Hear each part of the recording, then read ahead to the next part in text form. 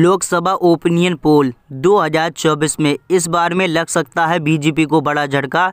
India अपनी सरकार बना सकती है। दोस्तों 2024 में आप किसकी सरकार देखना चाहते हैं?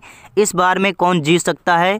क्या इस बार में तीसरी बार में बीजेपी अपनी सरकार बना सकती है या फिर इंडिया महागठबंधन अपनी सरकार बना सकती है? कमेंट करके ज़रूर बताइए। वीडियो को लाइक कीजिए, शेयर कीजिए, चैनल को सब्सक्राइब करें। तो चलिए बात कर ली जाए कर्नाटक की। तो यहाँ पर 28 सीटें आ रही हैं। 28 सीटों में से यहाँ पर भाजपा को 9 सीटें मिल रही हैं, इंडिया को 19 सीटें मिल रही हैं, अन्य पार्टियों के खाते में 0 सीटें जा रही हैं। उत्तर प्रदेश की बात कर ली जाए सबसे बड़े राज्य की, तो यहाँ पर 80 सीटें आ रही हैं।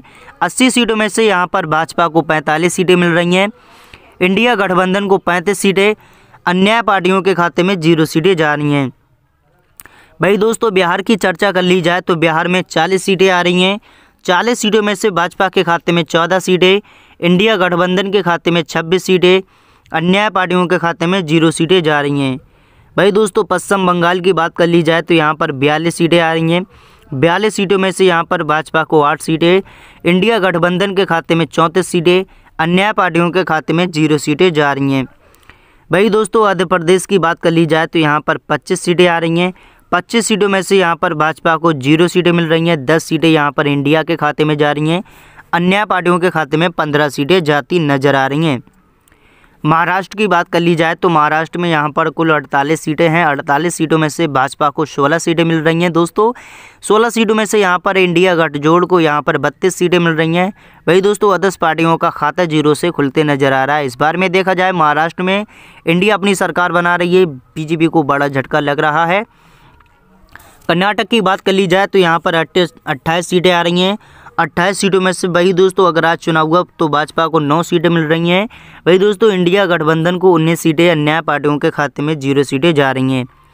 गुजरात की चर्चा कर ली जाए तो गुजरात में यहाँ पर 26 सीटें आ रही हैं। 26 सीटों में से भाजपा को 18 सीटें मिल रही हैं। वही दोस्तों इंडिया गठबंधन को 8 सीटें मिल रही हैं, अन्य पार्टियों के खाते में 0 सीटें जा रही हैं। गुजरात में 26 सीटों में से पिछली बार में 26 भाजपा को मिल रही थी, लेकिन इस बार में 18 सीटें भाजपा को मिल रही हैं, इंडिया गठबंधन को 8 सीटें मिलती नजर आ रही हैं। तो इस बार में बीजेपी को जी हाँ दोस्तों 8 सीटें कम मिल रही हैं। भाई दोस्तों चर्चा कर ली जाए उड़ीसा की, तो यहाँ पर लोकसभा की 21 सीटें आ रही हैं। 21 सीटों में से भाजपा को 2 सीटें मिल रही हैं, इंडिया गठबंधन को 3 सीटें, अन्य पार्टियों के खाते में 16 सीटें जा रही हैं।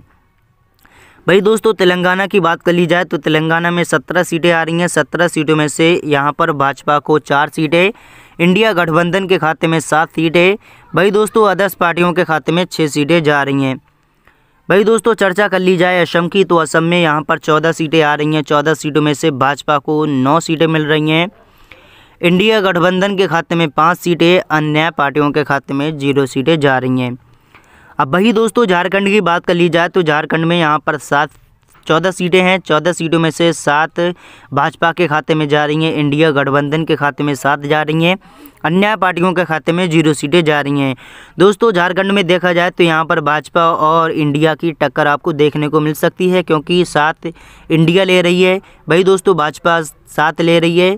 तो यहाँ पर भाजपा और कांग्रेस की टक्कर आपको देखने को मिलेगी। भाई दोस्तों चर्चा कर ली जाए पंजाब की, तो यहाँ पर लोकसभा की 13 सीटें हैं। 13 सीटों में से भाजपा के खाते में 0 सीटें जा रही हैं, इंडिया गठबंधन के खाते में 5 सीटें, अन्य पार्टियों के खाते में 8 सीटें जा रही हैं।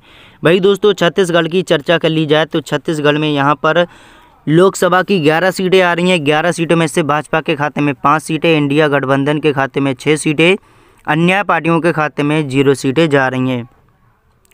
दिल्ली की बात कर ली जाए तो दिल्ली में 7 सीटें हैं। 7 सीटों में से भाजपा को 3 मिल रही हैं, इंडिया गठबंधन के खाते में 4, अन्य पार्टियों के खाते में 0 सीटें जा रही हैं।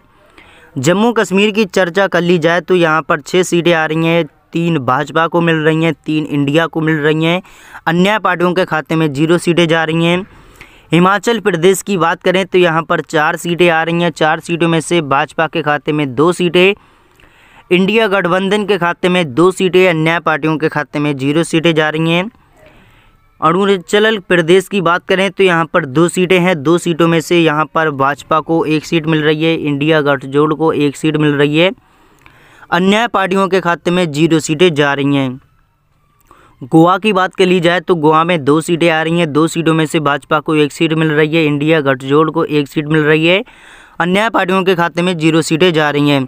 तो दोस्तों लोकसभा में देखा जाए तो इस बार में बीजेपी को बड़ा झटका लग सकता है, इंडिया अपनी सरकार बना सकती है। दोस्तों आप 2024 में किसकी सरकार देखना चाहते हैं कमेंट करके जरूर बताइए। वीडियो को लाइक कीजिए, शेयर कीजिए, चैनल